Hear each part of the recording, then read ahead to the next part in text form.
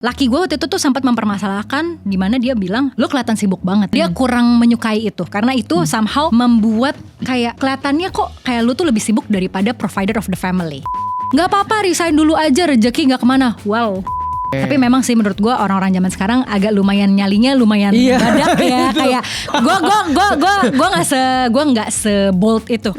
Emak-emak tuh sebenarnya banyak yang merasa kesepian tau. Beneran.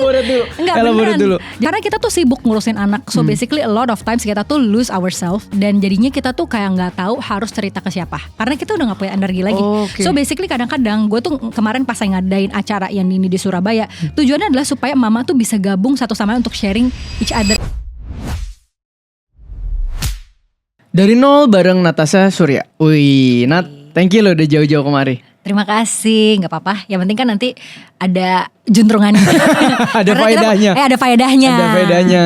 Yes. Jadi Nat, kemarin tuh kan gue ada ngobrol sama beberapa orang. Dia tuh dari profesional akhirnya switching pivot ke full entrepreneur. Nah lu ini adalah salah satu orang yang dari profesional yang gue liat karirnya bagus, switching jadi full time creator dan sustainable monetisasinya. Amin, terima kasih ya Tuhan Yesus. Ya kan jadi full time creator udah 5 tahunan kan? Udah. Nah itu yang gue pengen tahu. Kayak apa sih lu tuh awalnya terus kok berani pivot ke kreator dan bagaimana lu bisa bikin itu sustainable sampai 5 tahun? Jadi gue tuh awalnya magang di Musical.ly. Karena kebetulan waktu itu gue kerja di Shanghai. Gue lagi mengejar suami gue yang sekarang nih ceritanya. Itu nekat-nekatan ceritanya. Iya, nah terus udah gitu karena udah selesai 3 bulan, gue yang request ke mereka kayak, oh lu pada mau buka kantor ya di Jakarta. Gue mau ikut. Jadi istilahnya gue menawarkan diri. Terus udah gitu, tapi ya memang waktu itu kebetulan pas lagi gue intern tuh performance gue lumayan bagus lah gitu. Jadi mungkin mereka kayak oke, boleh juga gitu. Silakan gitu. Yes, jadi gue lanjut di Jakarta. Tapi ternyata selang 1 tahun si Musical.ly ini di-acquire sama TikTok. Nah jadi akhirnya gue itu lanjut kerja di TikTok yaitu selama 5 tahun. Oh ini tunggu. Ini sebelum lu jadi kreator sebelum. Kan 5 tahun tuh. Iya sebelum. Jadi pokoknya awal-awalnya banget gue tuh kerja dari magang di Musical.ly. Terus udah gitu gue lanjut kerja full time di TikTok sebagai community manager. Berarti ini tarik 10 tahun ke belakang ya? Iya, soalnya gue kerja 2017. Nah kan ya kira-kira 9-10 2016 2017 deh gitu. Nah terus udah gitu waktu itu di TikTok itu tuh belum banyak yang kerja. Jadi zaman-zaman gue kerja tuh zaman Bowo TikTok. Kalau misalnya lo tahu Bowo TikTok yang kayak gini. Itu masih ya kan ya kan yang tadi joget-joget Bowo Alpenliebe. Betul. Tapi lu kalau misalnya lihat sekarang Bowo udah sukses loh. Walaupun sekarang dia jual donat tapi dia pokoknya sukses gitu. Wow. Ya tapi intinya jadi waktu itu tuh belum banyak yang kerja. Jadi gue bisa dihitung pakai tangan nih yang kita kerja di TikTok Indo gitu. Iya lo masih first batch banget, dimana lo pasti merangkap semua hal dong. Betul. Jadi karena palu gada dan belum banyak orang yang mau pakai TikTok, gue tuh mesti gimana caranya pokoknya orang-orang tuh mau. So basically gue harus bikin hashtag activation lah, atau misalnya gue yang bikin videonya lah, istilahnya bikin video challenge ya. Kalau dulu kan kalau misalnya zaman dulu masih hashtag challenge gitu ya, mungkin istilahnya kayak satu bikin, istilahnya gue bikin trennya, lu pada ikutin. Ikut semua pakai itu terus. Nah jadi itu siapa lagi kalau misalnya kita nggak ada. Dulu kita belum ada AI ya, jadi kita nggak ada mikir yang bisa sendiri ya. Betul, maksudnya bukan di video mau bikin video AI sebagai contoh juga nggak mungkin. Jadi ya mau nggak mau adalah kita sebagai karyawannya. Jadi gue dan partner gue. Tunggu ya, gue tuh lagi berusaha merecall. Ada zaman TikTok itu belum rame ya? Wes gila, nggak ada orang yang mau pakai ya. Itu 2000. kecuali ya memang sih, kecuali ini adalah hiburan untuk mungkin beberapa kayak cewek-cewek suka joget gitu. Jogetnya mungkin ya agak receh juga sih. Ya it's fine, nggak apa-apa. Tapi maksudnya itu tuh literally cuman buat kayak entertainment pure. lip sync atau misalnya orang tuh joget-joget doang. Itu 2017 tadi. 2017 gitu. Gila, iya. Bahkan kan TikTok pernah di blok bro. Ya kan yang diblok sama Kemon ya pokoknya yang menteri itu. Ada kita pokoknya masa-masa kita tuh diblok gitu. Nah intinya karena gue sepalu gada itu, gue itu jadi terbiasa untuk bikin video dan kita tuh ada satu campaign, kita tuh harus membuat berbagai kategori supaya istilahnya kontennya tuh diversified, not only dancing atau cuman gitulah intinya. Kebayang jadi banyak macam. Jadi gue ya balik lagi ya, karena tidak ada orang, gue bagi tugas sama tim gue gitu. Oh ya apa, terus bagian gue adalah kalau gak salah gue bikin konten pets, karena kebetulan gue punya pets. Gue punya rumah, so basically home living. Sama satu lagi gue agak lupa, kalau gak salah food deh. Nah terus jadi istilahnya dari situ gue kebiasaan dong untuk bikin video. Turns out account gue ini tuh grow organically. Nah terus udah gitu ternyata orang-orang tuh suka gitu, kayak oh ini bahas tentang rumah dan ya segala macam gitu. Akhirnya pokoknya beberapa video gue tuh quite viral gitu. Terus udah gitu ya udah, jadi gue mulai ngonten tuh dari situ. Tapi itu hanya gue anggap sebagai side, bukan, bahkan itu nggak kerjaan ya, itu cuman yang kayak ya udahlah ini buat kerja, tambahan menambahi kategori video buat TikToknya sendiri. Oh jadi lu bikin tapi akunnya udah atas nama lu? Betul, karena kan maksudnya kita kan istilahnya mau mencari kayak orang-orang organik kan, nggak mungkin dari, jadi ada yang account gue sebagai TikTok official Indonesia ada, tapi ada juga yang account sebagai ya pokoknya oh ya si Natasha Surya gitu ya ada. Jadi supaya orang melihat oh ya makin banyak ya orang-orang. Oh itu awalnya cuman buat nambahin itu doang? Betul, jadi tujuan awalnya tuh cuman biar TikTok makin rame. Istilahnya gue ada contohnya gitu kayak oh ada nih yang bikin video-video begini. Iya biar orang-orang lihat oh bisa nih bikin kayak dia nih. Betul, ya, kayak gitu. Ampun. Nah tapi di situ tuh memang grow organically gitu. Ya udah terus udah gitu itu nggak ada ya, belum ada endorsement apa sama sekali, nggak ada. Brand tuh belum ada lah. Belum pure ada. Buat bantu pekerjaan lo aja tuh. Pure itu terus udah gitu. Tapi ya karena ternyata secara organik ini berkembang cukup baik, gue memang dari dulu emang orangnya suka bikin video ya. Jadi gue ngerasa ternyata cukup fun ya. Jadi gue ada nih bikin sendiri tentang rumah gue. Jadi gue lanjutin sendiri aja gitu. Nah terus udah gitu 99% orang Indonesia tabungannya itu di bawah 100 juta rupiah. Maka permasalahan di Indonesia itu bukan investasi, tapi earning power. Ini yang akan jadi game changer pertama dalam membangun kekayaan. So buat kalian semua yang pengen memperbesar atau memperbanyak sumber income, gua buat yang namanya kuliah realistis. Kuliah yang fokusnya ajarin lo cara cari duit. Cek langsung YouTube membership di channel Theo Derek dan mari belajar sama-sama di kuliah realistis. Ya udah itu grow aja gitu, grow sampai eventually ada brand yang tap in. Itu gitu. berapa lama tuh dari lo mau mulai itu sampai tiba-tiba ada brand yang tap in tuh? Kayaknya lama deh, 8 bulan kali ya. Pokoknya lama-lama. Karena tapi balik lagi karena gue tidak fokusin. Betul. Jadi dalam sebulan paling gue cuma upload 2. Karena kan jadi maaf ya kerja di ByteDance tuh sesibuk itu. Jam 2 pagi bisa kita ditelepon ya. Nah jadi maksudnya kayak itu tuh cuma iseng-iseng, makanya dan gue kan juga tidak ada target ya untuk menjadi creator atau misalnya kayak memonetisasi itu. Jadi ya udah sampai akhirnya pokoknya tiba-tiba ada tap in brand pertama itu adalah minyak telon buat anak gue. Jadi ya udah dari situ somehow itu grow organically aja secara semuanya tuh kayak. Tapi awal-awal gue memang kontennya itu lebih kayak home living. Kalau sekarang kan konten gue agak berubah ya, kayak lebih kayak family atau mungkin ada finance and so on. Kalau dulu tuh literally home living aja, kayak misalnya gue nyaranin kayak oh rumah tuh pakai lantai ini, pakai materialnya ini gitu. Bentar, itu 8 bulan sampai akhirnya ada brand pertama. Betul. Begitu masuk brand pertama itu lu udah tahu akan ada red card atau apa atau? Gue asal sih. Gue asal aja gue taruh, pokoknya yang penting kan kayak ya gue coba-coba aja dong dengan nice try. Gue taruh sekian harga sekian gitu. Per video gitu. Iya. Terus udah gitu ada yang mau nggak ya? Ternyata brand ini mau. So ya gue ngerasa kayak wah ya udah. Tervalidasi lah berarti harga segini gue masuk. Iya. Terus jujur aja murah sih. Gue nggak bisa sebut tapi ya kayak murah gitu. Iya. Dan jadi, semua orang kan pasti mulai dari situ dong. Betul. Nah terus sebenarnya dulu gue juga banyak deh sebelum gue, maksudnya kayak sebelum bayar itu juga abis dibayar pun banyak juga yang ngajakin gue tuh barter, and gue actually fine banget karena kan maksud gue di saat yang bersamaan gue tuh masih butuh kasarannya portfolio. Waktu itu bahkan gue nggak mikir portfolio, gue mikirnya adalah gue juga butuh nih bahan-bahan video yang lebih menarik karena yang gue punya nih udah agak habis nih. Ya dong. Jadi kayak waktu itu mulai tuh masuk kayak misalnya kayak teman gue ternyata dia punya usaha plastik gitu misalnya kayak perabot plastik rumah tangga. Ya udah gue pokoknya gue pilihin aja. Terus jadi istilahnya cuman gue pilih-pilih gue mau yang ini dong, ya udah terus lagi kirimin, terus bikin video. Dan di masa itu menurut gue tuh crowdnya satu TikTok belum rame, kedua menurut gue waktu itu kita lagi mau masuk COVID tuh, jadi kayaknya tentang rumah tuh kayaknya jadi relatable banget menurut gue ya. Nah terus udah gitu, jadi pokoknya gue kerjain aja terus udah gitu benar-benar yang makanya gue tuh mulai karir gue menaik karir gue tuh benar-benar kayak naik tuh pas lagi COVID, benar-benar yang kita lockdown.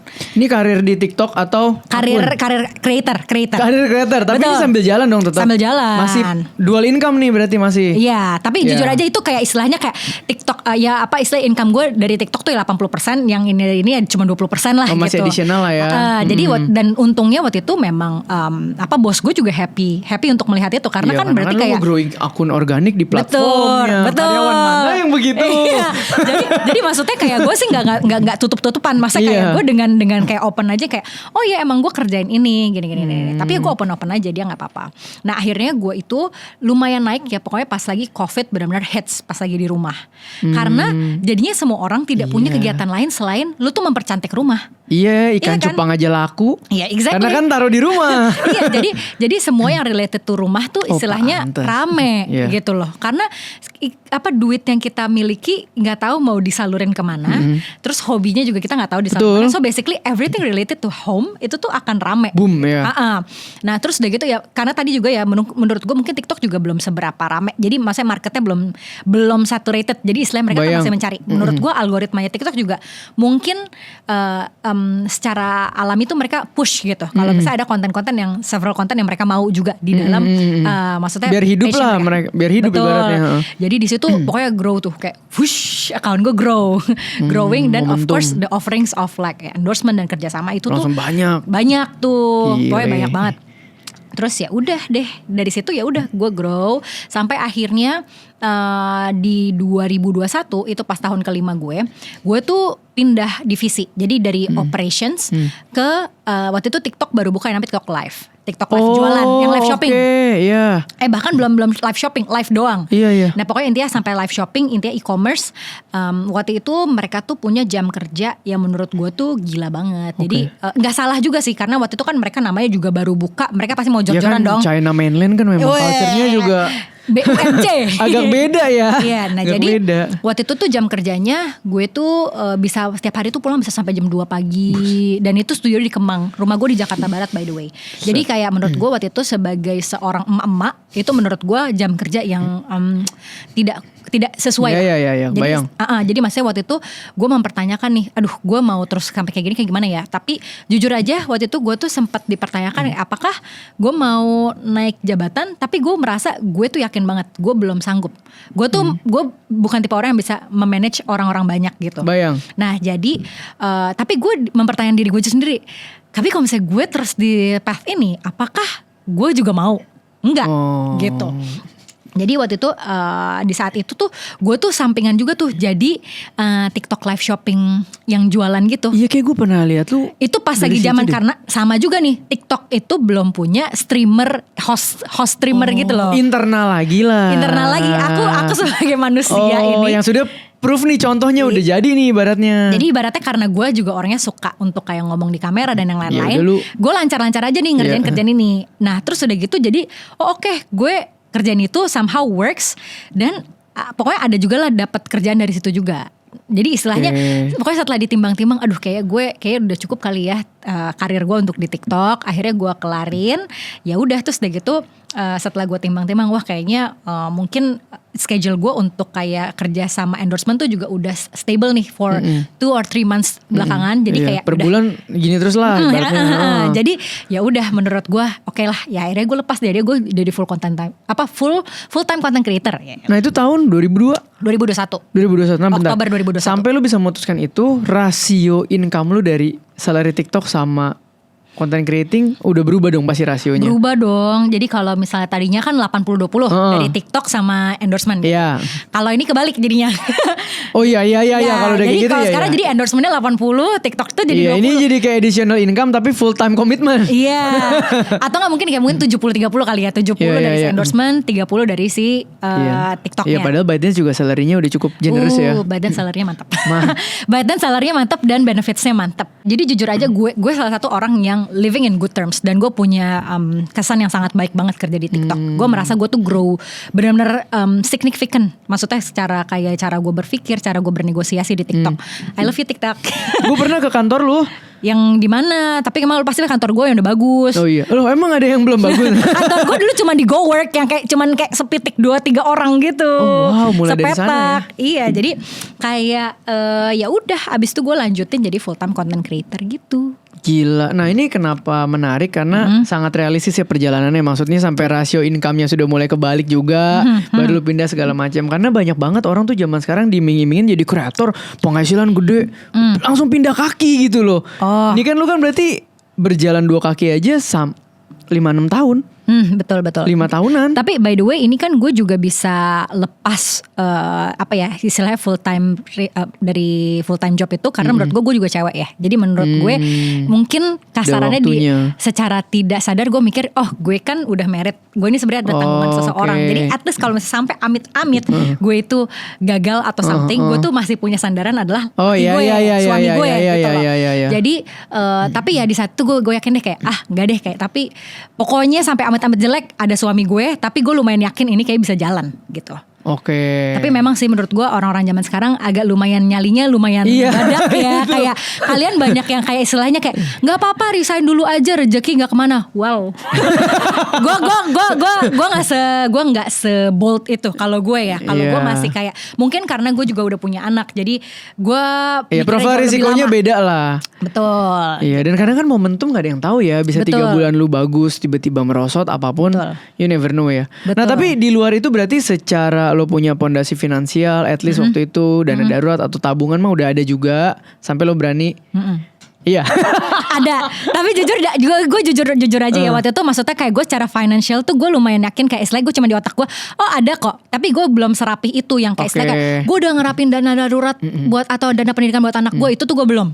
Jadi yang penting pokoknya gue punya tabungan sekian nih gitu. Intinya kayak ini kayaknya buffernya udah ada lah. Iya buffernya udah ada. Jadi kayak ini aman untuk gue kayak kalau misalnya sampai amit-amit gagal gue tuh bisa bertahan sampai sekian. Dan gue lumayan yakin gue seburuk-buruknya gue gagal gue lumayan yakin kalau misalnya gue apply kerjaan karena gue keluar masih bisa dapat lagi. Masih bisa gue dapat lagi. Seburuk-buruknya deh gitu. Iya, ibaratnya lu pivot aja rencana cadangannya tuh masih ada semua safety netnya gitu loh. Betul. Baru lu pindah kaki. Betul.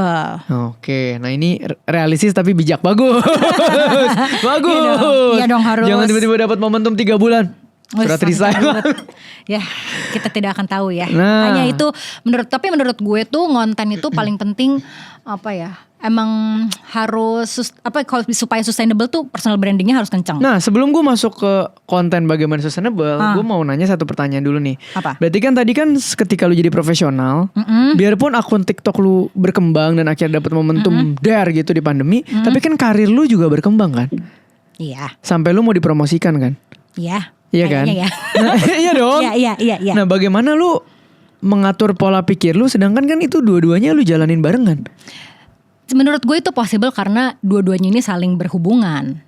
Ya kan, maksudnya kayak nggak terpisah banget lah, nggak lu tiba-tiba jual pisang goreng. Iya, jadi maksudnya kayak otaknya tuh mikirnya agak mikirnya mirip gitu loh. Fokus. Iya, fokusnya mirip adalah bikin konten supaya kayak ini tuh gimana supaya rame. Tapi ramenya tuh bukan cuman buat diri sendiri, tapi buat kan ke overall stakeholder. Iya, stakeholder. Maksudnya kayak TikTok Indonesia secara keseluruhan. Mungkin dari video gue ternyata lumayan banyak ya yang nambah nih buat bikin konten-konten home living gitu. Jadi kan istilahnya mikirnya tuh bersamaan. Jadi sebenarnya itu possible karena ya itu arahnya tuh mirip. Iya. Dan benefitnya dirasakan dua-duanya. Betul. Makanya bisa. Betul. Jadi menurut gue itu emang sudah takdir gitu. Iya. Nah pertanyaan berikutnya, tadi tuh gue masuk. Gue melihat lu sebagai salah satu orang yang monetisasinya nih sustainable ya, karena banyak orang punya followers belum tentu bisa convert jadi duit gitu kan. Nah kalau lu sendiri, gimana cara lu monetize? Strategi monetize lu kayak apa sih? Tipis-tipis juga gak apa-apa gitu ya. Cuma pengen tahu aja. Sama tadi kan lu mention personal branding. Nah kayak apa tuh? Menurut gue yang paling penting itu memang karena balik lagi ya, kalau gue kan bidangnya home living. Paling penting itu memang kejujuran. Jadi waktu itu pas gue bikin video itu gue tuh selalu mengutamakan gimana ya cara gue bisa mengkomunikasikan secara mudah kayak bahasa bayi gitu ya. Terus udah gitu tapi gue harus juga memaparkan plus minusnya supaya orang tuh tahu kayak emang gue reviewnya jujur nih. Karena menurut gue itu yang paling mahal kalau misalnya untuk untuk conversion. Gitu loh. Bentar, kita tetap di situ, tapi gue mau coba ngomong nih. Iya. Tapi kan di era ini yang penting traffic, dan ini era mulai banyak rage bait kan, yang kayak tembak aja dulu engagementnya naik, ntar juga tinggal minta maaf. Tapi kan apa yang lo ngomong tadi kan kontradiktif tuh sebetulnya kan. Kejujuran, bagaimana tuh lo melihat? Kayaknya kalau misalnya rage bait itu gue setengah-setengah sih ya. Kadang gue juga pakai hook yang istilahnya mungkin hooking Kontroversi dikit lah ya. Kontroversi Dikit. dikit gitu ya. Tapi gue nggak begitu sebold itu sih, karena menurut gue trust orang tuh mahal banget, trust dari orang gitu loh. Dan maksudnya kayak yang paling penting itu yang kayak balik lagi tadi gue bilang, bikin konten itu memang harus jujur. Jujur yang kayak emang kalau misalnya bagus ya bagus, kalau misalnya jelek pilihannya antara lu mau nggak jadi bikin tuh konten atau ya udah lu bilang kayak ini kurang bagus. Jadi mendingan lu nggak usah. Saya kayak ini kurang bagus di bagian ini. Tapi kalau misalnya memang lo mau murah ya udah silahkan. Oh gitu. oke. Itu jadi garis bijaknya ya. Iya, jadi mending menurut gue tuh memang harus jujur. Dan memang bikin konten tuh menurut gue awalnya kalau misalnya menjadi content creator ya, menurut gue paling penting itu bukan bukan targetnya tuh bukan duit. Karena kalau misalnya dari awal targetnya tuh mau jadi kaya, mau jadi duit, itu tuh lo gak bisa nikmatin prosesnya gitu menurut gue ya. Terus menurut gue memang penting kayak lu pas lagi awal-awal konten tuh lu punya modal as in kayak lu gak ngarepin semua barang-barang yang mau review tuh itu semua harus dari pemberian dari brand gitu loh. Lu harus modal sendiri dong. Iya. Soalnya sekarang menurut gue banyak banget orang-orang yang mikir, aduh gue mau konten tapi kok gak ada yang mau kasih gue sampel sih gitu. Kalau sekarang kan udah banyak yang kayak gitu kan. Maksudnya kayak kita apply sampel diterima gitu. Kalau dulu mah zaman sekarang barter aja jadi masalah, banyak yang komplain. Jadi kalau menurut gue kita sebelum kita di tahap itu gak apa-apa kita beli dulu atau memang kita nge-review apa deh yang ada di kan di tadi rumah. kan yang ada di rumah lu tuh. Iya. Terus pokoknya intinya menurut gue satu jujur, kedua tambahin plus minusnya, ketiga menurut gue penting untuk jaga komunikasi sama audiens gitu. Jadi misalnya kayak lu baca-baca komen, lu tuh bisa lihat kira-kira mereka tuh interestnya ngebahas apa sih, nanti lu reply. Jadi menurut gue tuh bangun interaksi sama mereka gitu. Terus sama pemilihan brand juga menurut gue penting juga sih. Gimana tuh pemilihan brand? Iya maksudnya nge-review produknya dari brand apa gitu. Jadi kan sekasarannya orang jadi nempelin lu sama brand itu kan. Iya, nggak asal ambil ya ibaratnya. Betul. Jadi maksudnya kayak kalau misalnya lu lumayan sering nge-review brand yang luxurious, ya orang kan bakal nempelin, oh lu premium nih. Iya, dia suka nge-review brand yang luxurious nih. Jadi kayaknya dia punya lifestyle yang seperti itu gitu loh. Jadi memang ya emang agak pilih-pilih juga sih. Tapi bukan berarti saya premium ya, enggak. Kebayang. Tapi pemilihan brand mempengaruhi bagaimana grow personal branding lu lah ibaratnya. Betul. Sama menurut gue ini juga penting, gak tahu ya. Ini kalau gue kayak tadi gue udah bilang sama Theo sebelum lagi take ini, gue tuh nggak pernah ngelirik rate card orang lain. Ini unik. Iya, nah jadi kalau gue sampai sekarang gue tuh bikin rate card berdasarkan dari berapa yang gue mau dibayar. Maksudnya jadi gini, mungkin gue tuh lumayan yakin kiri kanan gue tuh jauh lebih mahal dibanding gue. Atau misalnya ada juga yang under di bawah gue. Tapi istilahnya yang mana yang gue pede, yang kayaknya gue nyaman. Oke, gue pengennya value gue dibayar sekian. Ya udah, yang penting adalah orang tuh ngerasa bayar gue tuh worth it gitu. Dan menurut gue penting untuk menjaga relationship sama brand juga, yang udah kasih kita rezeki. Jadi gue tuh sering banget kayak suka ngobrol-ngobrol sama si brand ini. Misalnya gue udah kerja sama si brand. Lu bangun relasi lah. Betul, bangun relasi. Dan juga kayak menurut gue gak usah hitung-hitungan jadi creator tuh. Misalnya contoh ya, kita punya kerja sama long term. Gue sebagai BA, misal kita kerja samanya 10 video, contoh asal ngomong. Terus udah gitu gue kadang tuh kayak gak apa-apa lah, aduh bikinin 15 video juga gak apa-apa, 17 video. Toh panjang. Toh maksud gue iya, walaupun itu memang kelihatannya kesannya kayak lah rugi di lu dong gitu. Percayalah nanti pasti Tuhan bisa balas lu dengan cara lain. Dan juga itu jadinya membuat ininya kan si dari brand pihak brandnya juga happy gitu loh. Kayak dia gak hitung-hitungan juga ya. Short term kelihatannya rugi, tapi kan long term lu. Iya. Terus udah gitu kalau misalnya udah bagus kerjasama dari satu brand, itu kan kasarannya udah jadi portfolio untuk the next kerjasama lain lagi kan. Nah itu biasa brand-brand tuh suka kayak si owner brandnya kayak dia bagus tahu gini-gini, coba deh sama dia. Gitu tuh menurut gue penting. Itu paling penting menurut gue. Berarti lu lumayan maintain relasi sama brand dan agency. Lumayan. Sebenarnya lebih ke brandnya sih. Kalau agency kadang suka ada agency yang naikin fee gue terlalu banyak sih. Ada yang nakal memang, markupnya tinggi sekali, betul. Iya, jadi maksudnya kadang gue tuh pokoknya yang paling penting adalah menjaga relationship sama brand. Dan juga ya sama audience juga. Audience tuh suka gue shower with gifts, freebies. Iya, jadi maksudnya kayak jujur aja gue tuh tapi buka-buka sama audience gue ya. Jadi dulu tuh gue suka kasih freebies. Itu sebenarnya adalah barang sampel yang gue tuh memang dikasih sama brand, tapi gue kan saking banyak banget ya. Jadi kayak saya kayak nggak apa-apa, ini intinya kayak ini buat gue mau kasih ke orang. Tapi kan jadinya kayak itu somehow semua happy. Iya, semua happy dong. Iya. Tempat gue nggak terlalu sesek. Terus udah gitu audience juga happy. happy, brand juga somehow happy karena maksudnya at least ya lu udah nge-review dan lu juga merekomendasikan kalau memang itu kan bener barangnya bagus gitu. Pokoknya semuanya, aduh menurut gue mah yang paling penting jangan hitung-hitungan deh kalau misalnya kerjain beginian dan emang lu passion. Berarti yang bikin lo sustainable juga banyak repetitif lah ya. Betul. Dari brand tersebut. Betul. Jadi jujur aja sampai sekarang gue tuh masih menerima bola. Jadi gue tuh jarang banget menjemput bola. Kebayang. Maksudnya kayak kerja sama brand gitu ya. Itu kebanyakan tuh yang repetisi. Yang maksudnya kayak gue kerja sama brand-brand yang sebelumnya udah kerja sama. Terima kasih brand-brand, terima kasih. Luar biasa. Terima kasih. Ya tapi Iya, intinya iya. kayak gue, tapi gue juga lumayan yakin sih ini adalah rezeki dari Tuhan juga yang kasih ke gue. Karena gue selama ini jarang banget ketemu brand tuh yang istilahnya rese gitu. Selama ini gue kerja sama Iya, selalu. karena lu ngebangunnya juga enak kali ya. Ya gak tahu ya. Tapi maksudnya kayak menurut gue kayak kerja sama tuh enak banget sama brand-brand tuh kayak, aduh banyak yang gak cerewet. Ada yang cerewet. Pasti ada. Pasti ada. Tapi kadang gue bisa belajar juga dari yang cerewet. Karena kalau yang cerewet ini kan istilahnya kayak lebih baku, lebih apa ya. Kayak jadi kayak oh ternyata untuk ngehandle orang-orang yang kayak yang lebih apa ya. Caranya gini nih. Iya caranya gini nih gitu. Jadi kayak ya semua ada plus minusnya lah. Tapi menurut gue memang long term relationship tuh penting banget. Tapi ini valid banget loh. Kadang gue kalau isi acara aja, selesai acara gede gitu ya, ada yang nanya timnya, kok aku minta interview kesan dan pesan dong. Boleh nggak? Ih boleh lah. Ya, emang ada yang nggak boleh? Ternyata, ternyata banyak yang dikena SOW baru. Oh ya? Makanya lu pada nggak usah hitung-hitungan. Gue juga baru tahu di otak gue kayak, lalu bayar gue ngisi di sini, gue happy jadi berkat, lo nya happy, selesai cuman kasih kesan pesan. Apa ruginya sih? Iya. Kita cuman kayak 1 menit gitu. Betul. Bahkan gue suka stay tuh bisa lebih dari 15 menit. Tapi karena gue emang orangnya suka ngobrol. Iya, dan bahkan orang yang nanya, kok kalau abis ini 10 menit anak-anak pada mau foto boleh nggak?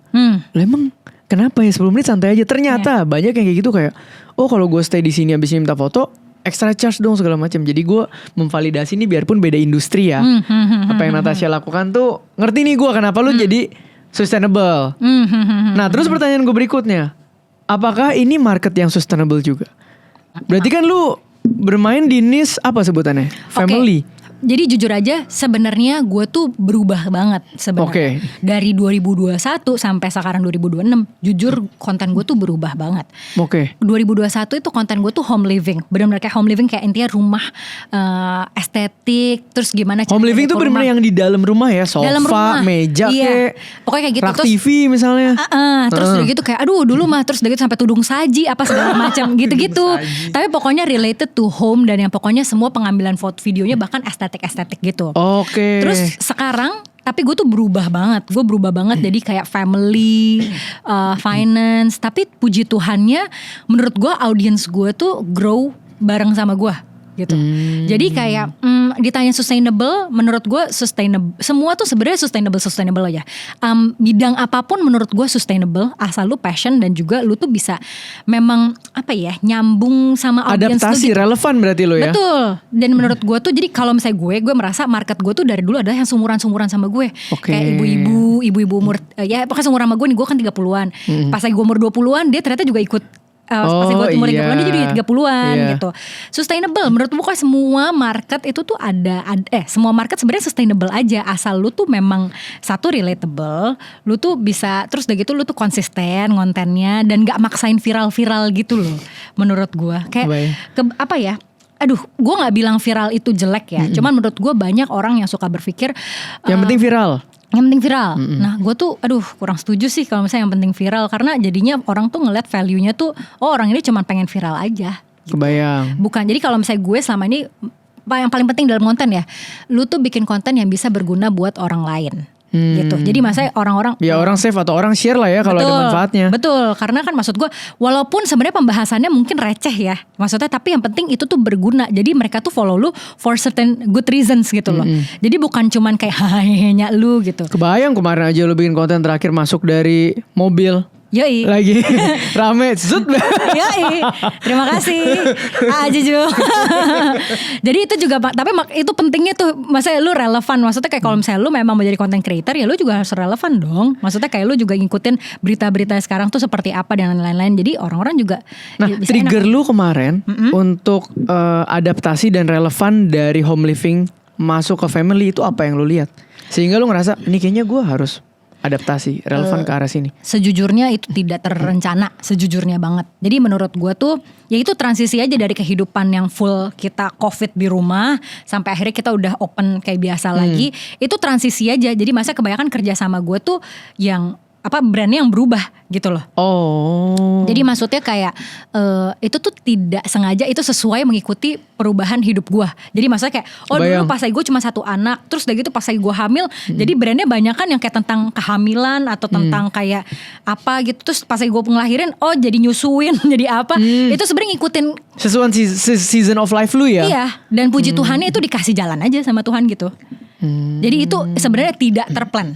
Itu benar-benar gak keplan sama sekali. Cuman ya balik lagi, itu memang udah rezeki dari Tuhan. Gue tuh punya audiens yang memang sangat adaptable, dan mereka menerima perubahan-perubahan ini. Dan mungkin kalau misalnya mau pikir, mungkin karena gue bikinnya relatable dan juga ringan untuk dikonsumsi kali ya.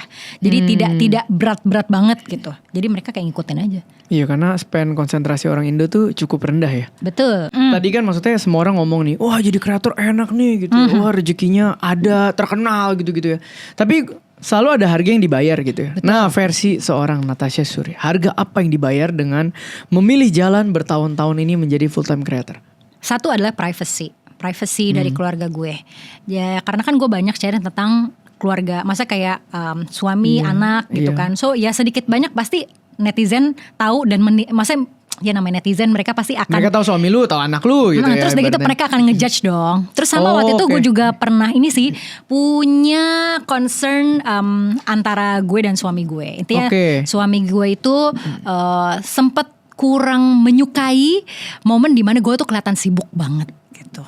Jadi gue tuh kelihatan sibuk karena waktu itu konten ya gimana ya. Kalau gue kan mikirnya waktu dulu kayak gini. Di saat kita sebagai content creator, karena gue tahu content creator ini kan punya masanya. Menurut gue ya. Gak tahu ya, puji Tuhan kalau gue dikasih rezekinya panjang. Tapi worst case banget gue mikir ini timelinenya misalnya cuma 5 bulan. Lagi dapat momentum nih ibaratnya. Iya, lagi dapat momentum.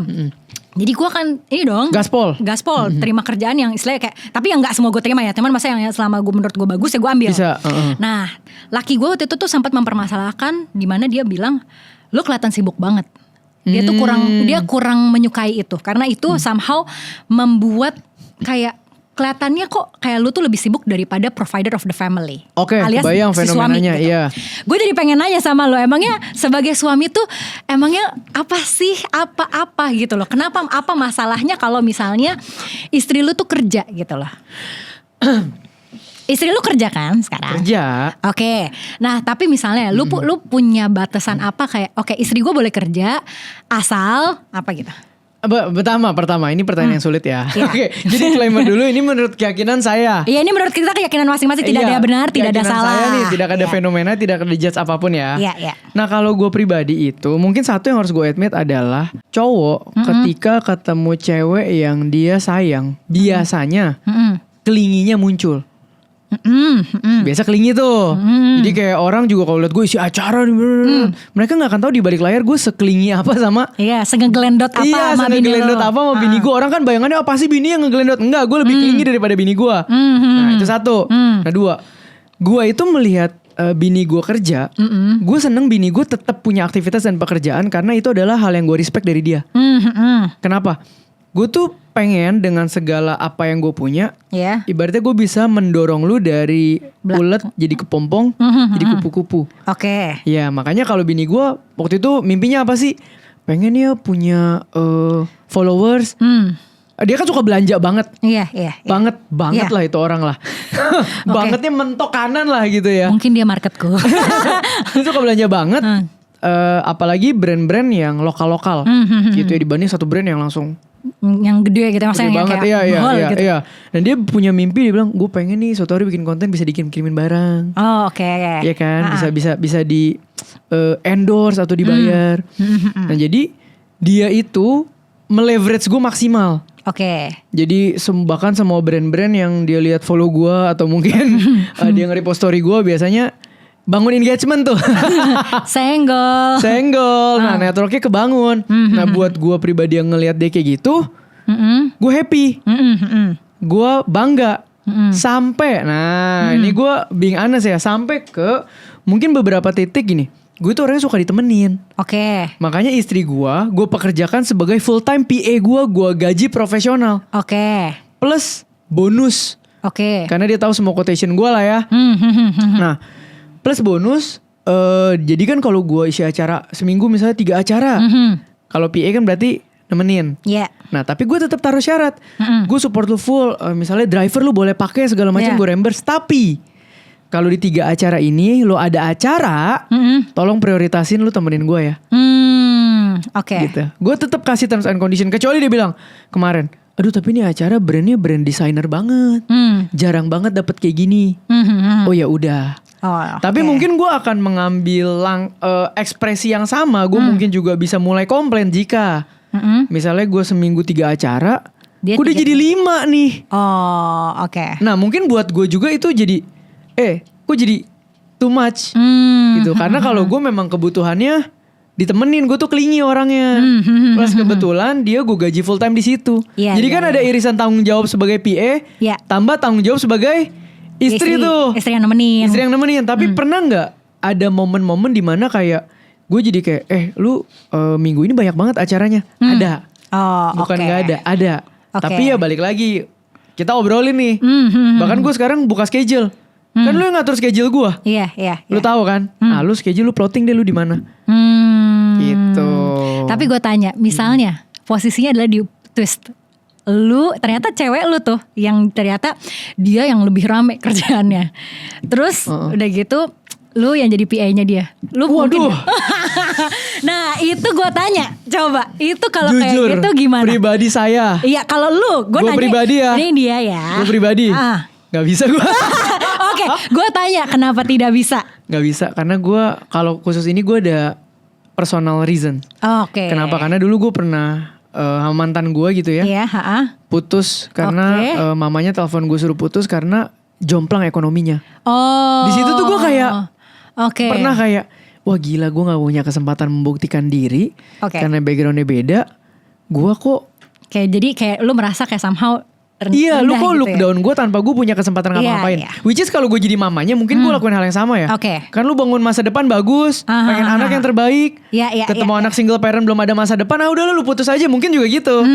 Nah tapi berangkat dari situ, bahkan itu membuat gue kalau mau berelasi lagi, gue cari tahu keluarga kaya banget atau enggak.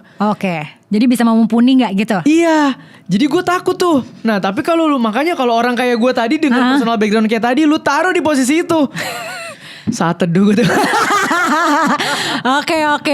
Jadi kalau menurut lu pas lagi lu mau mencari jodoh pun lu tuh maunya yang kurang lebih setara. Betul. Tapi karena gue ada personal reason itu ya. Iya. Make sense. Iya. Dan tapi ada nggak orang-orang yang mungkin mikir kayak gini juga ya? Lah kalau kita satu keluarga, istri gue berkembang banget, ya why not? Gue full support. Ada orang yang bisa kayak gitu juga. Jadi emang beda-beda. Cuman kalau gue dengan background gue, lu taruh di situ, traumatis gue. Karena jujur laki gue tuh sempat ada di, bukan gue nggak bilang dia jadi PA ya, cuman maksudnya kayak tadi gue bilang dia tuh sempat merasa gue tuh terlalu sibuk, jadi dia ngerasanya kayak aduh, kok kayaknya lu kayak sibuk banget kayak jadi kayak provider of the house, padahal kan sebenarnya enggak. Iya, kok lu jadi 100% banget di sini. Iya, maksudnya kayak kelihatannya tuh, maksudnya kayak dia merasa kayak oh anak-anak gue juga diurus kok, maksudnya kan kita punya helpers ya. Jadi maksudnya kayak anak-anaknya juga kayak well maintained, terus udah gitu kayak ya KPI checklist semua lah ibaratnya. Tapi kenapa gitu? Terus tapi kan tapi intinya waktu itu gue tuh sekarang kita udah in good terms ya. Tapi waktu itu sempat jadi masalah. Intinya gue selalu menekankan sama dia kayak gue understand kalau misalnya mungkin cowok tuh punya ego sesuatu. Mungkin certain ego kayak kalian tuh mau providing dan yang lain-lain. Tapi kalau gue nih sebagai cewek, gue pribadi gak harus mau cewek ya, gue itu merasa semua yang rezeki yang datang ke gue itu bukan masuk ke dompet gue, itu masuk ke dompet keluarga. Lu yang aneh. Bagus itu.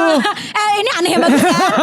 Oke, jadi kalau rezeki cewek. Betul. Tapi nggak salah juga kalau misalnya ada cewek yang merasa rezeki cewek, duit cewek adalah duit cewek, duit suami adalah. Ini kan no judge. Iya, duit suami adalah duit bersama gitu. Kalau gue tuh ngerasa kayak intinya apapun yang gue terima itu adalah rezeki keluarga bersama. Jadi istilahnya kalau semakin gue banyak menerima rezeki, artinya keluarga kita semakin sejahtera untuk kedepannya. Jadi makanya dari situ barulah istilahnya itu membuka perspektif baru lah, yang dia baru kayak somehow kayak oh iya juga ya. Tapi gue juga menyesuaikan sih, gue lower the intensity of the job itself. Jadi yang kayak tadinya dulu kan gue kayak wah hajar terus, live streaming terus gitu kan. Terus kan kalau live streaming jujur aja gue juga drain ya. Maksudnya kayak kita kan berapa kayak jam itu? wih gue pernah 12 jam coy.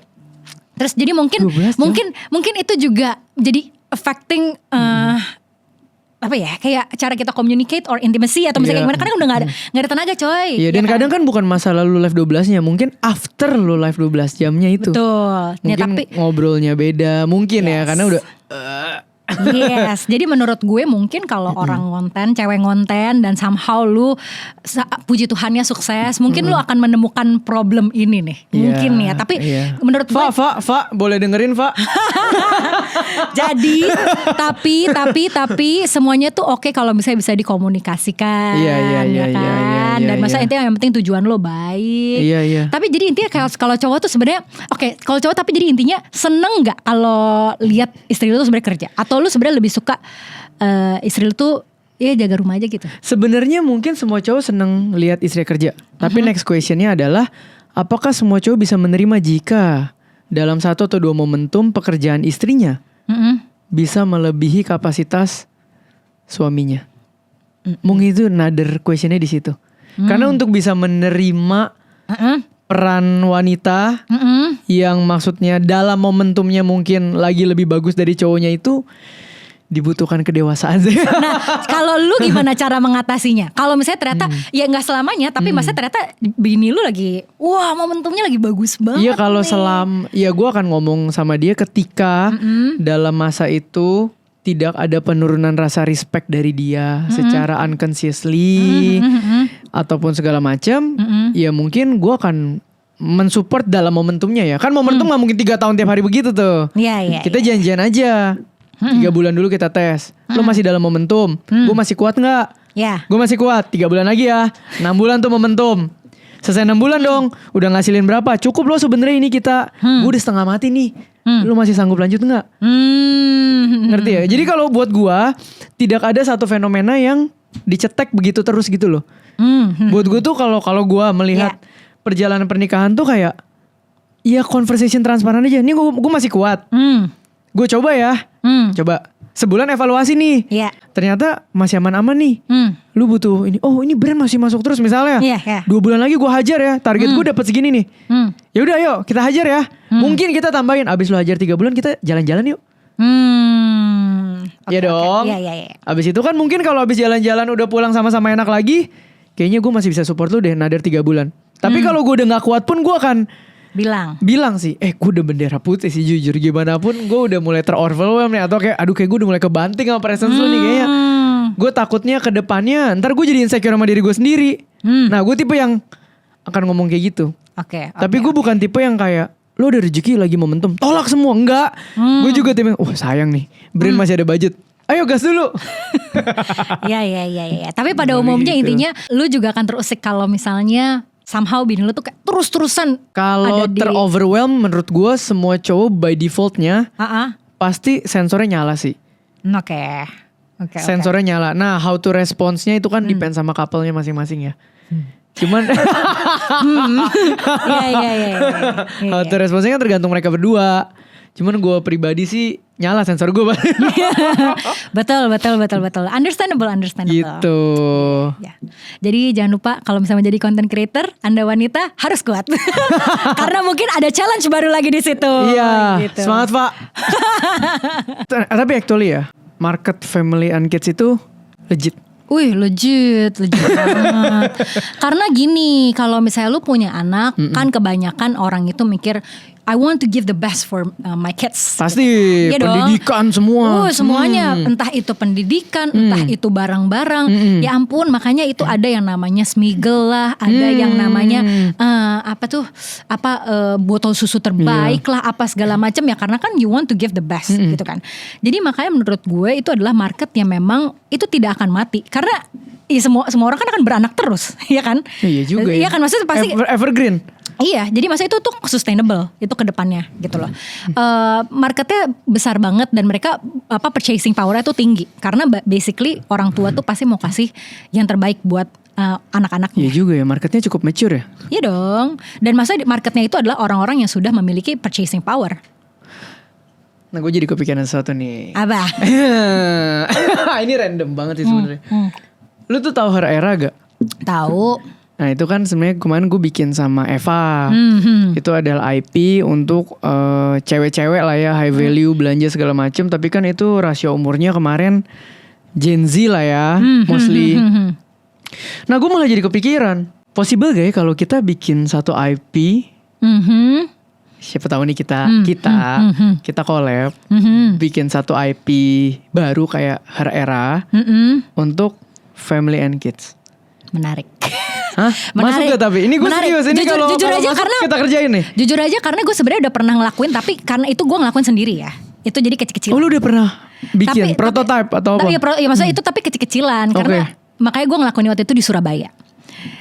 Jadi maksudnya istilahnya kan karena gue mau coba, gue gak punya pegangan siapa-siapa. But I think it's very interesting ya. Maksudnya kayak waktu itu gue belum pernah coba di Jakarta. Nah tapi lu udah pernah lihat kan kemarin bentukannya kayak apa? Her Era lu? Udah, gue datang. Serius ini possible? Possible sih, sangat possible kalau misalnya beneran mau serius. Kita salaman dulu nih. Yes, boleh dong. Ini kita ngomongin lebih lanjut ya? Boleh, bener ya? Iya bener, lihat ya guys. Bener ya? Jadi gak nih ya? Terakhir sih Her Era gini juga. Oh gitu? Iya. Menurut gue menarik. Tapi intinya kalau misalnya gue selalu bikin acara, tujuannya tuh bukan kalau gue bukan untuk mencari profit ya, tapi memang ini adalah menjadi wadah buat emak-emak tuh bisa ketemuan satu sama lain. Karena jujur aja komunitas emak-emak nih kuat nih berarti ya. Karena emak-emak tuh sebenarnya banyak yang merasa kesepian tau. Beneran. Elaborate dulu. Jadi maksudnya menurut gue emak-emak tuh karena kita tuh sibuk ngurusin anak, so basically a lot of times kita tuh lose ourselves, dan jadinya kita tuh kayak nggak tahu harus cerita ke siapa, karena kita udah nggak punya energi lagi. So basically kadang-kadang gue tuh kemarin pas saya ngadain acara yang ini di Surabaya, tujuannya adalah supaya mama tuh bisa gabung satu sama lain untuk sharing each other. Maksudnya kayak kan ketemuan yang kayak random casual gitu, tapi kan kayak iya tahu anak gue juga begini. Jadi ngobrol dan relate jadi gitu ngobrol ya? Dan jadinya menurut gue tuh itu sebuah refreshing time gitu buat emak-emak, tanpa meninggalkan anak-anaknya. Karena kan kadang-kadang bakal bawa anak-anaknya juga. Dan at the same time lu masih bisa memenuhi keinginan lu untuk menjadi mama yang baik, yaitu untuk kayak ngebeliin anak-anak lu apalah yang ini yang bagus lah. Jadi tujuan gue itu kebanyakan adalah untuk bisa mempertemukan ibu-ibu ini yang istilahnya mereka mungkin agak kesepian atau kayak gimana, untuk jadi satu di event ini. Iya, ibaratnya brand collaborate sama lu kan online ya. Betul. Kalau pikir kita bisa bikin offline-nya. Betul. Community-nya bisa nih. Betul. Menarik. Menarik. Kalau profitable atau tidak itu mungkin Bapak Teo saya sudah mencium bau profit. Makanya saya ngobrol ini. Semoga kita lihat ya. Kita lihat ya. Never know, namanya peluang. Never know. Betul. Gila. Menarik. Ini tenang aja. Biasa kalau market family itu gak cuman buat mom and baby kok. Biasa ada bapaknya juga. Tenang. Oh iya. Iya. Jadi bapak tidak ditinggalkan kok. Iya, soalnya kalau di Her Era kemarin akhirnya gue bikin area his era juga. Karena kan nungguin. Yang kedua ya? Iya, karena nungguin cewek belanja kan. Cowok tuh datang ke sana cuma duduk sama bayar. Oh, itu kerjaan cowok ya? Iya. Bayar. Tapi harusnya sama ya di market ini, cuman lebih dewasa lagi aja ya. Betul. Dan nanti akan ada banyak anak-anak yang ngikutin. Ya mungkin agak chaotic dikit. Tapi di situ serunya. Tapi sebetulnya barang-barang apa sih ini lu yang mewakili ya, kalau gua kan belum punya anak. Emang barang-barang seperti apa sih yang sebetulnya eye catching buat si ibu-ibu ini? Bayangkan nih misalnya, oh ya kita kerja sama Der. Oh ya ada satu tempat ibu-ibu datang tuk gitu. Ibu-ibu tuh paling gampang ya pasti outfit ya. Pasti lu pasti mau ngedandanin anak lu. Oh, anak udah didandanin dari kecil? Iyalah, maksudnya kayak pasti kan lu pengen lihat anak lu tuh lucu. Enggak, gue tuh gak tahu. Soalnya era gue kecil tuh itu eranya ITC Mangga 2 yang beli kaos utang Power Ranger sekali beli 12. Anak abang itu coy. Iya. Ya kan? Enggak, jadi kalau sekarang ya kan mungkin era-era mama Instagram ya. Jadi menurut gue kayak orang tuh suka ngeliat outfit anak-anak tuh yang foto lucu. Anaknya ya, terus post. Mainan sensori, ya ampun zaman kita mah kan kagak ada ya. Apa sensori play? Kagak ada, sorry. Kita sensori playnya apa sama belut. Iya zaman kan? God. Nah kalau ini jadi mainan-mainan sensori, terus udah gitu yang menarik lagi ya. Aduh, terus udah gitu kayak misalnya kayak entah kayak vitamin lah atau apa, banyak banget yang lu bisa explore. Sampai ke vitamin. Iya pokoknya everything related yang kayak istilahnya kayak dari sandang pangan papan, cuman di explore aja gitu. Gimana cara, masa kayak itu kayak aduh menarik banget. Iya, dan orang tua tuh willing untuk datang lihat-lihat untuk si anak. Betul. Dan yang balik lagi kayak tadi gue bilang, sebenarnya banyak orang tua yang datang itu adalah untuk catch up with the other mamas, untuk dia itu bisa sharing keluh kesah dia. Oh, catch up with the other mamas. Iya, Ngobrol penting. itu real ya? Oh, penting banget menurut gue. Karena lu gak tahu maksud gue gak tahu ya. Maksudnya Iya, kayak iya. puji Tuhannya gue tidak melalui postpartum depression. Tapi Apa tuh postpartum depression? jadi itu adalah depresi yang lu alami setelah melahirkan. Oh, karena kaget transisinya. Kaget banget, seberat itu. Oke. Seberat itu untuk orang-orang tuh benar-benar berubah, terutama yang gak punya bantuan ya. Maksudnya kalau gue kan Kebayang, punya neni. yang misalnya gak ada nenis, terus mbak, terus driver kayak apa kayak gitu Iya, semua. betul. Nah jadi itu tuh banyak banget orang yang melalui itu. Even orang with bantuan juga masih banyak yang postpartum depression. Jadi menurut gue tuh itu tuh salah satu untuk ngerilis yang kayak istilahnya kayak lu tuh bisa cerita, bisa berbagi ya pengalaman, Keluh kesah gitu ya. dan maksudnya kayak sebenarnya kita nggak butuh nasihat sebenarnya, kita cuma butuh keluarin ke orang yang tepat. Karena kalau keluarin ke suami biasanya kagak nyambung. Sumpah nggak nyambung, kayak oh cuman gitu doang bangke. Ini kayak fenomena, ya kan kamu cuma di rumah doang, jaga anak doang. Iya exactly. Kayak nggak usah kayak gitu deh. Lu kayak lu bangun lu netain anak lu tengah malam aja, itu nggak akan, itu laki lu nggak bakal relate. Iya sih. Dia Ya gimana ya? aduh, Kebayang. Maksudnya kayak itu tuh kayak capek banget. It feels like lu tuh kayak gila, lu do everything tapi ternyata bebannya juga semua tuh di emak. Kebayang. Karena kayak kalau anak lu kelihatan bagus, itu yang dipuji bukan emaknya, yang dipuji adalah anaknya pinter ya, anak Oh bisa iya, makan bener, ya. iya, Tapi iya, kalau iya, anaknya iya. salah, gimana sih nih emaknya Didikannya. ngajar. Gue sempet kayak gue bisa marah banget sama beberapa orang bangke gitu. Kayak Iya gitu. juga ya. Jadi makanya menurut gue tuh selain market mama-mama menarik, menurut gue ketemuan dengan mama-mama tuh juga it's something yang sangat empowering juga. Karena bisa ngeliat dari beberapa sisi gitu. Wah, kita bisa bikin ini juga kali ya, sampai mungkin ada obrolan-obrolan parentingnya. Boleh. Untuk orang yang mungkin baru mau punya anak atau Boleh banget. baru punya anak terus masih kaget banget. Betul. Mari kita bergandengan. Wah, ini Bergandengan menarik nih. dengan mama-mama semua satu Iya. Indonesia. Enggak Iya, deh, iya, satu iya. Jakarta aja, atau Jakarta Indonesia mah jauh banget ya. Iya, tapi ini out of topic ya, karena ngomong ini gue jadi penasaran. Berarti kalau lu misalnya lagi waktu mau punya anak, itu lu cari ilmunya di mana sih? Apa itu berjalan organik gitu? Ada gak misalnya, ini gue udah mulai 2 bulan nih, gue baca nih artikel tentang parenting, buku kayak atau apa gitu? Menurut kalau gue kebetulan adalah orang yang go with the flow. Tapi banyak juga mama-mama yang prepare seperti itu. Jujur, tapi menurut gue se-prepare-nya lu pasti akan kaget. Karena punya anak, maksudnya beneran lu megang langsung dan ini langsung tuh sebeda itu. Sebeda itu dan it's magical and horrible at the same time.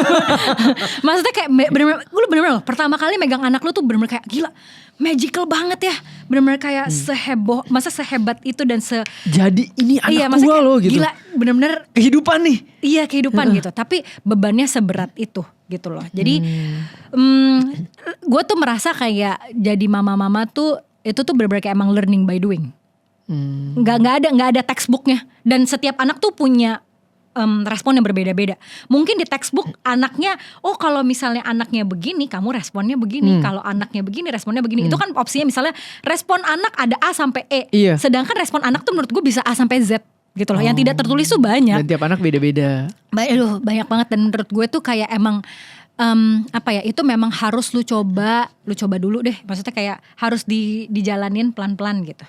Nah, terus gimana caranya lu bisa tetap jadi kreator full time setelah punya anak? Berarti kan dunia lu juga berubah, lu Iya. juga transisi, tapi lu tetap sustainable nih, being full time Love you creator. Mbak Ning and Mbak Narti. Kunci gue adalah gue memang, tapi gue udah menyadari dari dulu itu gue tuh, karena gue tumbuh sebagai anak mbak juga, dan and I never hate it. Gue nggak pernah merasa emak gue neglect gue ya. Gue malah Itu support lah ya. Itu malah gue merasa support gue, dan itu adalah cara bokap nyokap gue malah mengajarkan gue untuk bisa bisa deket dengan orang-orang yang punya background berbeda, entah itu dari segi ras, dari segi agama, ataupun dari segi ekonomi. Nah jadi gue tuh memang dari awal sudah bilang ke suami gue, pokoknya kalau misalnya kita punya anak, gue pasti akan membutuhkan at least suster. Kalau ART mungkin kita bisa mikir lagi, tapi turns out gue memiliki dua-duanya nih. Jadi aduh gila, gue thankful banget sama Mbak Ning dan Mbak Narti, itu adalah orang Iya, Apa iya, ini iya, adalah iya, benar. iya. Cari suster juga kan cari ART nggak mudah loh zaman ini. Bener-bener gak mudah. Jadi masa itu memang itu bisa terjadi karena gue punya support system yang baik. Nah itu maksudnya selain ART gue juga merasa suami gue tuh juga support. Walaupun kadang-kadang juga keder ya. Gue kasih tahu aja. Kaget pasti dia bingung. Dia bukan kaget sih, lebih gak ngerti aja. Lebih gak ngerti dan gak penasaran apa yang perlu dilakukan. Jadi kayak istilahnya kayak menurut gue tuh, tapi at least dia tuh dia tidak pernah membatasi. Maksudnya kayak misalnya gue mau coba misalnya anak gue mau dikasih apa, dia tuh gak pernah kayak ngoceh-ngoceh gitu. Dan maksudnya kayak dia gak pernah memaksa gue untuk menjadi ibu yang sempurna. Kayak biasa kan ada ya orang-orang mikir kayak tapi terms ibu sempurna juga bingung ya, namanya baru megang bayi ya. Betul, tapi kan ya banyak ya. Dan menurut gue juga mertua dan mak gue ya, mereka juga tidak begitu ikut campur dalam membesarkan anak gue ya. Jadi maksudnya itu membuat gue tuh lega. Karena gue tuh tipikal orang yang kalau misalnya ini gak boleh harus gini, ini gak boleh gini. Oh itu gue bisa marah tipikal orang ya. Gue bisa kayak diem. Gue ngurus. Iya, jadi menurut gue support system gue tuh sangat amat lengkap dari segala sisi. Jadi gue tuh ngerasa gue tuh bisa ngelakuin ini quite smooth, dan jadi gue tuh juga bisa bekerja. Dan gue selalu bilang sama suami gue tuh kerja memang gue suka. Jadi itu adalah salah satu tempat untuk gue men-channel energi gue. Jadi gue maksudnya jadi please let me work daripada gue tuh harus full time ngurus anak gue. Kan tipe orang beda-beda. Ada yang misalnya maunya jadi ibu aja. Betul. Kalau lu tipe yang tetap harus bekerja. Betul. Gimana, udah siap? Udah siap jadi bapak-bapak? Seru loh. Dari tadi lagi gue pikir nih hitungannya nih. Ingat matematika Tuhan itu beda sama matematika ini. Tapi menurut gue memang kita harus tetap financially prepared sih. Tapi memang menurut gue selama kita tuh punya plan yang baik untuk anak-anak kita pasti dicukupkan. Tapi dicukupkannya kita mungkin berbeda dengan apa maknanya Tuhan ya. Iya. Kita jangan mikir cukup tuh kayak hidup lavish, tapi yang penting kayak cukup lah gitu. Tapi bener ya, begitu punya anak fokus tuh semua langsung Beda banget bro. Shifting ke anak semua. Sorry Agus.